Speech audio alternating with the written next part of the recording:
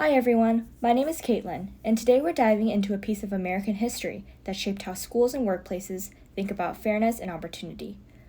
We're talking about affirmative action, what it means, where it comes from, and why it still matters. Before it became a national debate in college admissions, affirmative action started with a single document in 1961, Executive Order 10925, signed by President John F. Kennedy. Let's rewind to the early 1960s.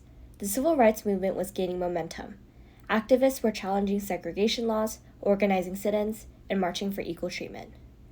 But even as some laws changed, deep racial inequality remained, especially in employment.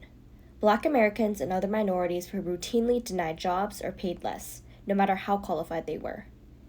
In response, President John F. Kennedy signed Executive Order 10925 on March 6, 1961. It didn't just say don't discriminate. It said that companies working with the federal government must take, quote, affirmative action to ensure that hiring practices were fair to all, regardless of race, creed, color, or national origin. And just like that, the term affirmative action officially entered U.S. history. So what exactly did Executive Order 10925 do? It created the President's Committee on Equal Employment Opportunity, chaired by then Vice President Lyndon B. Johnson. It told government contractors they had a legal duty to prevent discrimination and promote inclusion. And most importantly, it introduced the idea of taking active steps, not just avoiding bias. The order stated the contractor will not discriminate against any employer applicant for employment because of race, creed, color, or national origin, and will take affirmative action to ensure that applicants are employed and employees are treated fairly. It wasn't enough to say, we don't discriminate. You had to prove it by changing your systems, things like outreach, hiring pipelines, and internal policies. This was a major shift. The federal government now had a tool to push for real equity in hiring. After President John F. Kennedy's assassination, Lyndon B. Johnson expanded on this vision.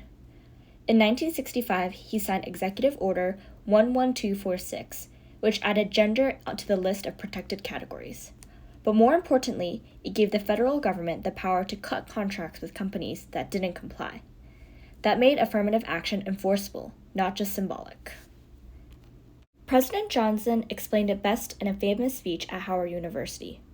You do not take a person who for years has been hobbled by chains and liberate him, bring him up to the starting line of a race, and then say, you are free to compete with all the others, and still justly believe that you have been completely fair.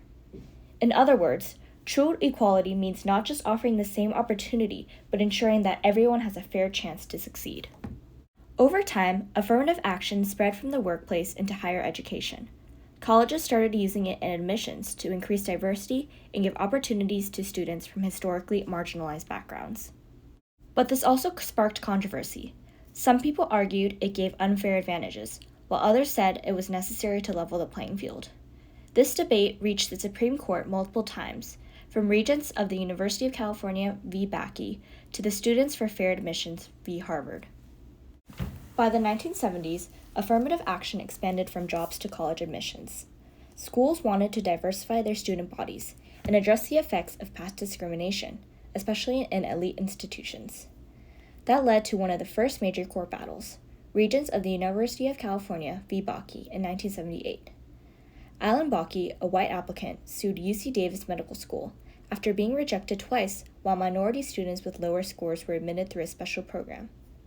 The Supreme Court ruled racial quotas were unconstitutional, but also said race could still be considered as one factor among many to promote diversity. It was a compromise that shaped admissions policies for decades. Fast forward to 2023, and another major case, Students for Fair Admissions v. Harvard. This time, plaintiffs argued that affirmative action harmed Asian American applicants. The Supreme Court ruled that considering race in admissions violated the Equal Protection Clause, effectively ending race-conscious admissions at many institutions. So why does this still matter? Because affirmative action isn't just about admissions or hiring quotas. It's about how we think about opportunity, equity, and justice. It forces us to ask big questions. Who gets access to opportunity? How do we correct injustice that's been built into our systems for generations? And what responsibility do institutions have to actively make things more equal? Whether you agree or disagree with how it's applied today, understanding where it comes from helps us to have better conversations.